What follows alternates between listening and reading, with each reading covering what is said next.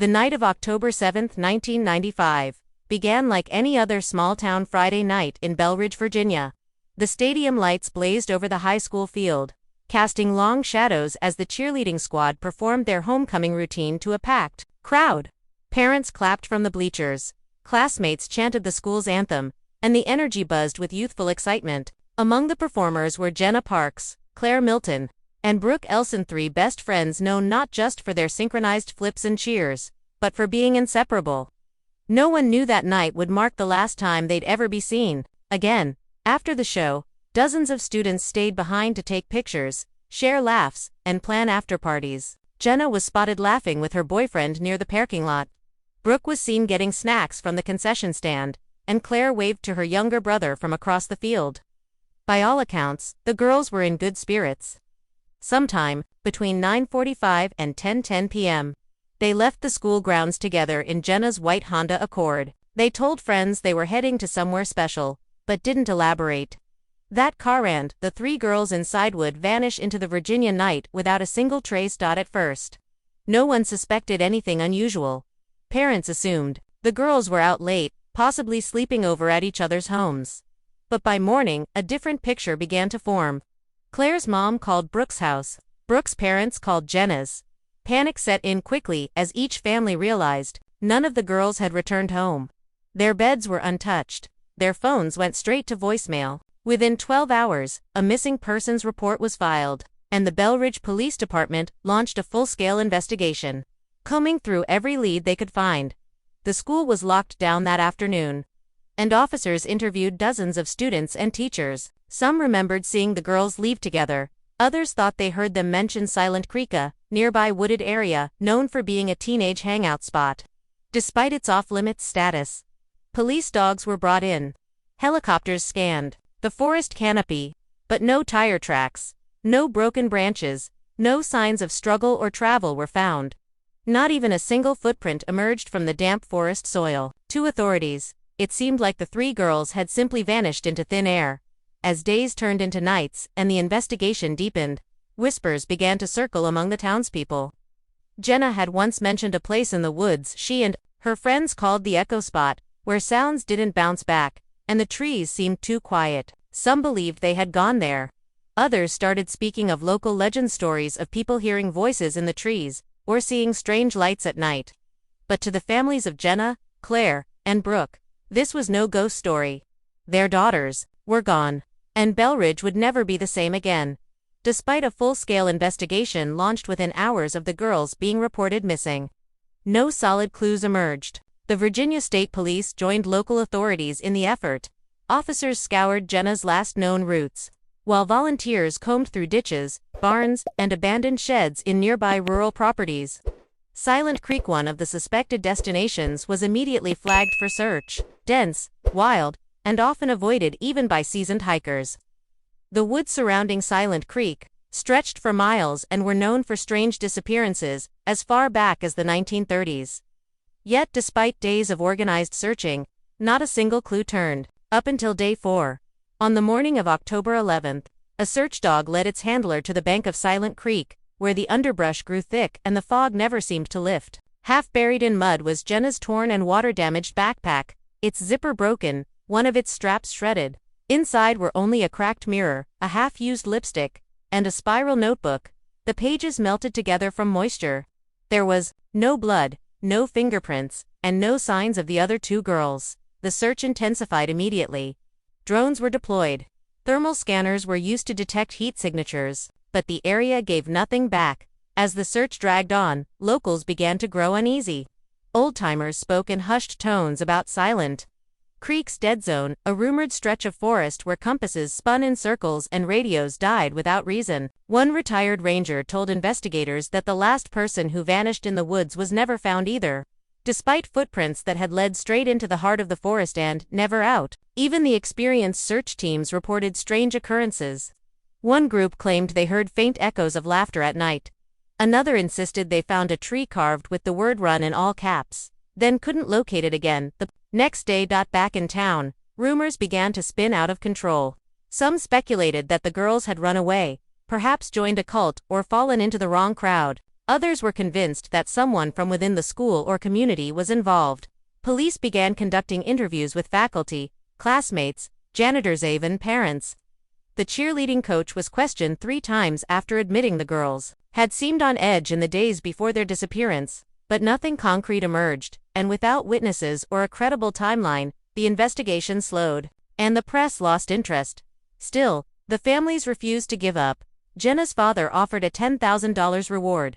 Claire's mom handed out missing posters as far as North Carolina. But the case became a dead end. No phone activity. No credit card use. Even the car, Jenna's white Honda Accord, had vanished as if it had been swallowed by the earth. In a time before smartphones and social media tracking, the trail simply went dark. As the weeks turned to months, and the months to years, Bellridge learned to live with the mystery, even as the forest kept its silence. 2 months after the disappearance, just as the community began to reluctantly accept that the girls might never be found, something arrived that reignited everything. It was a small, weathered package, return address, no postmark, left quietly on the doorstep of Jenna Park's family home. The box was wrapped in old newspaper, held together by string, and inside was something that made Jenna's mother drop to her knees in shock: a water-damaged spiral journal, badly torn and faintly stained with something that looked like dried blood. A note scribbled in pencil was tucked inside: "You should have listened to her." The journal's cover bore Jenna's initials, JP, crudely carved in one corner. Though many of the pages were warped, blurred, or torn, some entries remained legibly, and they were nothing short of chilling. In them, Jenna described the days leading up to their disappearance. She wrote of feeling watched, of hearing strange whispers outside her bedroom window at night, and of Brooke insisting they explore a hidden cabin she had seen deep in Silent Creek while horseback riding weeks earlier. Claire, it seemed, had been hesitant, but eventually gave in. The final entries read like descent into madness. The woods change when you're in them long enough. It's like they breathe. What disturbed investigators most wasn't just the entries, it was the handwriting.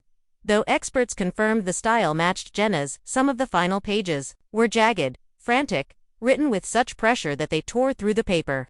One sentence was repeated over and over: "We shouldn't have gone in. We shouldn't have gone in."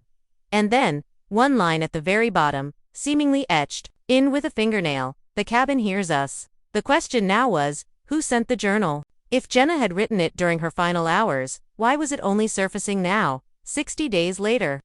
Authorities tried to trace the package, but with no return address and no fingerprints, they hit another dead end. The journal was sent for forensic testing, but the stains on the pages were inconclusive: possibly blood, possibly animal. The local press exploded with theories. Some believed the journal was a sick hoax meant to torment the families. Others feared it was a grim cry for help, delayed by something or someone who didn't want the truth to be known. Either way, the journal suggested one terrifying thing: the girls had been alive, at least for a short time, after they vanished. The discovery also brought new attention to the whispers about a cabin in the woods, something that had always been considered local folklore. But now, with the journal's repeated references, it became a focal point. Police returned to Silent Creek with fresh urgency, but days of searching turned up nothing. No structure, no path, just endless, whispering trees. Yet still, something about the journal felt too real to ignore. Jenna's words haunted the town: "The cabin hears us, and it remembers who comes in." By the spring of 1996, with no new leads, no suspects, and no additional evidence beyond the disturbing journal, the investigation into the disappearance of Jenna, Claire, and Brooke slowly began to unravel.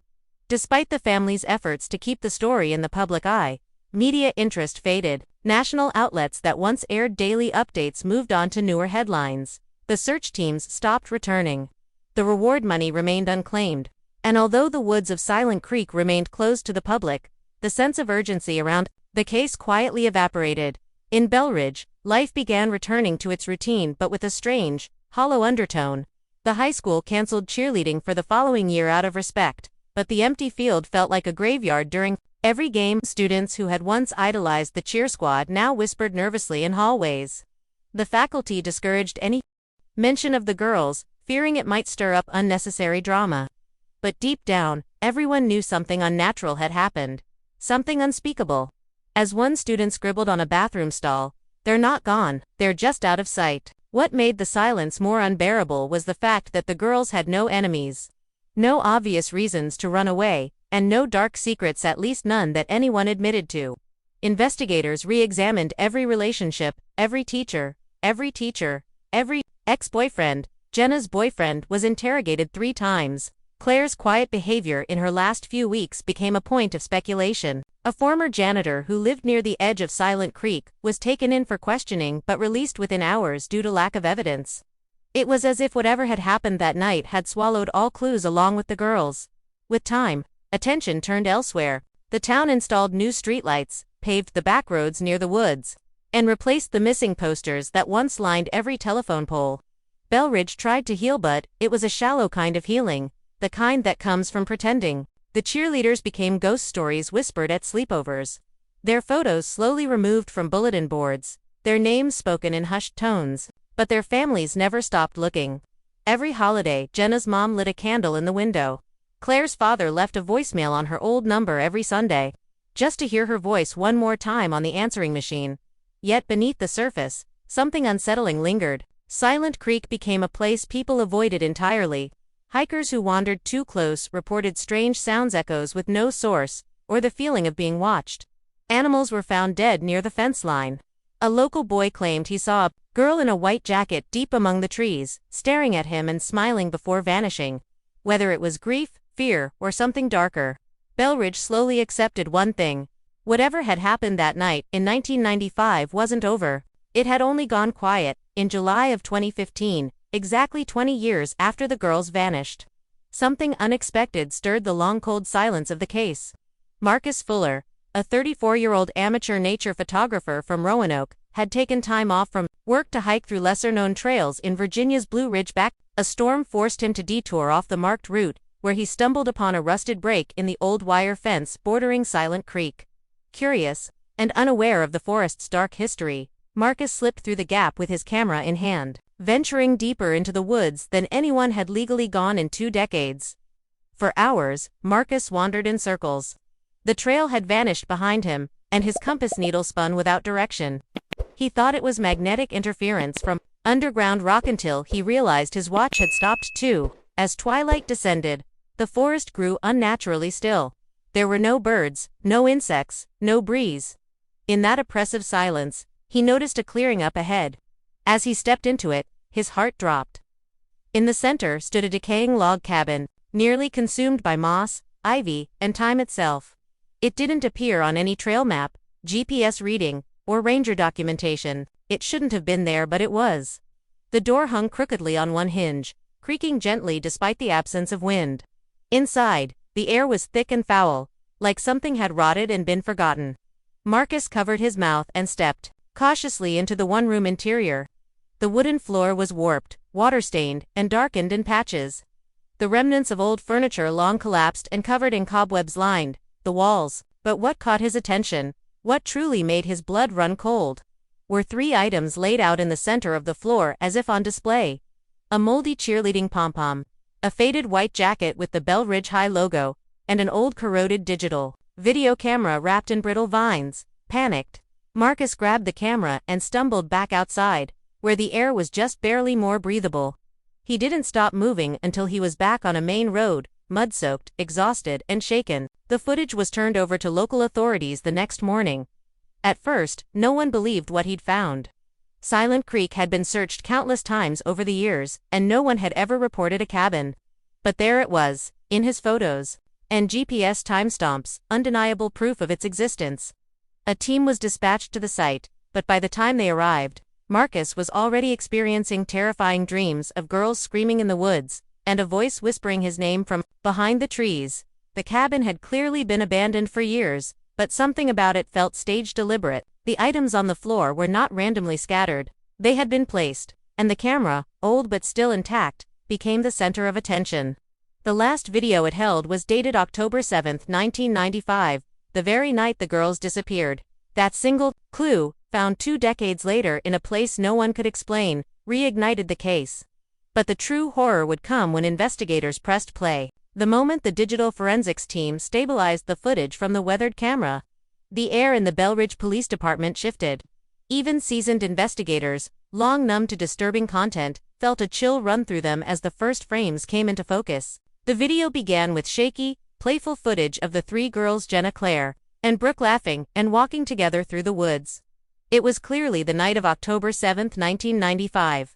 They were still in their cheer uniforms, and the Times confirmed it was just past 10:12 p.m. In the beginning, nothing seemed wrong, but that would change quickly. The girls giggled as they followed a narrow, dimly lit path, joking about how creepy the woods were at night. Brooke turned the camera on herself and said, "We're gonna find the haunted cabin," with a dramatic shiver, then swung the lens back to Jenna, who rolled her eyes. Claire, in the background, looked increasingly nervous. She hesitated at a fork in the path, whispering something that was hard to make out. The tone shifted subtly, the laughter became more forced, the camera shakier, and the woods around them, darker than they should have been. At one point, Jenna looked over her shoulder and asked, "Did you hear that?" About 6 minutes into the footage, something changed. The camera began glitching horizontal lines, brief blackouts, faint static, distortion. A low-frequency hum crept in beneath the ambient forest noise, growing steadily louder. Then came a moment that silenced everyone watching. The girls reached a clearing. And there, just barely visible in the grainy frame, was the outline of a cabin, almost identical to the one Marcus had found. Claire stopped walking. "I don't want to go in there," she said, her voice trembling. Brooke laughed it off, but Jenna paused. "It's colder here," she whispered. A strange whisper echoed through the trees, soft, unintelligible, and close. The last 2 minutes of the footage were complete chaos. The screen jerked violently as the camera was dropped or knocked from Brooke's hand. It spun to the ground, lens tilted sideways, capturing only a slanted view of grass and feet. The audio became distorted, overlapping sounds of screaming, running, and something else. A clicking or breathing sound, impossibly close. At one point, a shadow moved across the lens, not an animal, not human, something wrong in shape and movement. The final frame showed Jenna's cheer shoe stepping backward into the cabin doorway before the screen cut to black. There was no goodbye, no closure. When investigators played the footage for the families, many couldn't finish watching. Claire's mother fainted. Jenna's father had to be restrained after screaming that someone was still out there. The footage was never released to the public, not in full. Only a few still frames were shown during a press conference. Officials cited disturbing content and ongoing investigation as reasons for withholding it, but inside the community, word spread fast. What truly terrified the town wasn't just what they saw, but what the footage didn't explain. Why had the cameras survived 20 years, untouched?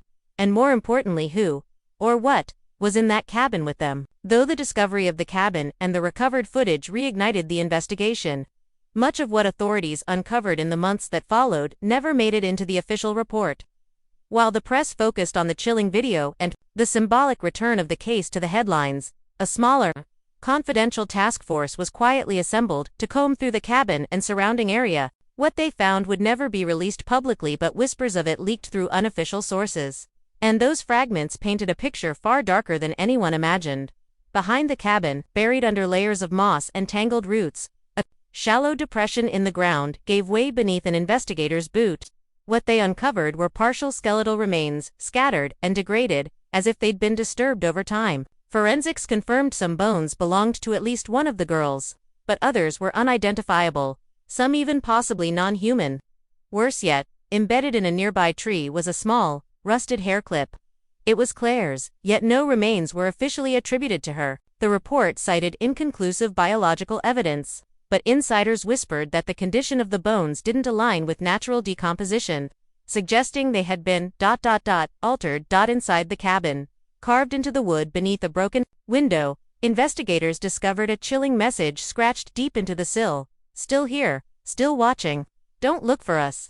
The handwriting analysis confirmed it was Jenna's, but what disturbed the lead investigator most wasn't the message. It was the fact that the wood around it appeared freshly carved, the grooves not yet weathered like the rest of the structure. That same officer resigned days after the visit and hasn't spoken to press since. Locals reported seeing him sitting alone in his truck at night, staring at the woods for hours with the engine running. Strangest of all was the journal they recovered. Beneath a floorboard, not the original spiral-bound one Jenna's mother received, but a second, handwritten book.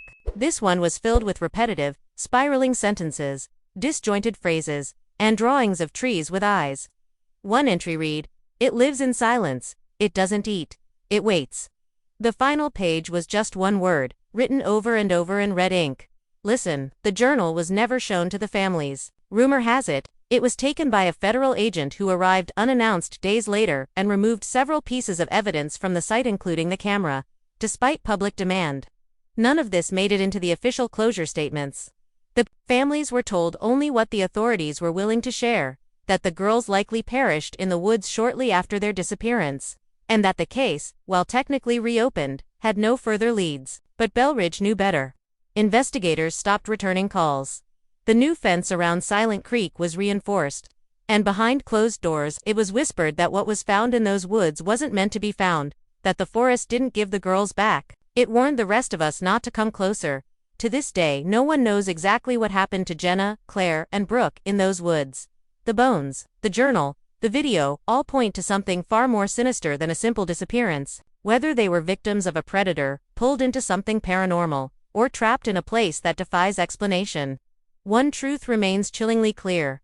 They were trying to warn us. The cabin is now gone. Authorities claim it collapsed during a storm, but some locals swear they still see it just beyond the tree line when the fog rolls in.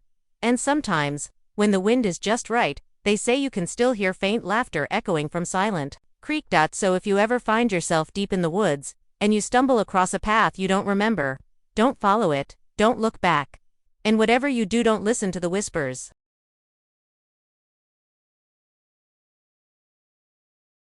If you liked this video, don't forget to hit that like button, share it with your friends, and drop your thoughts in the comments below. Most importantly, subscribe and hit the bell icon so the next secret finds you first.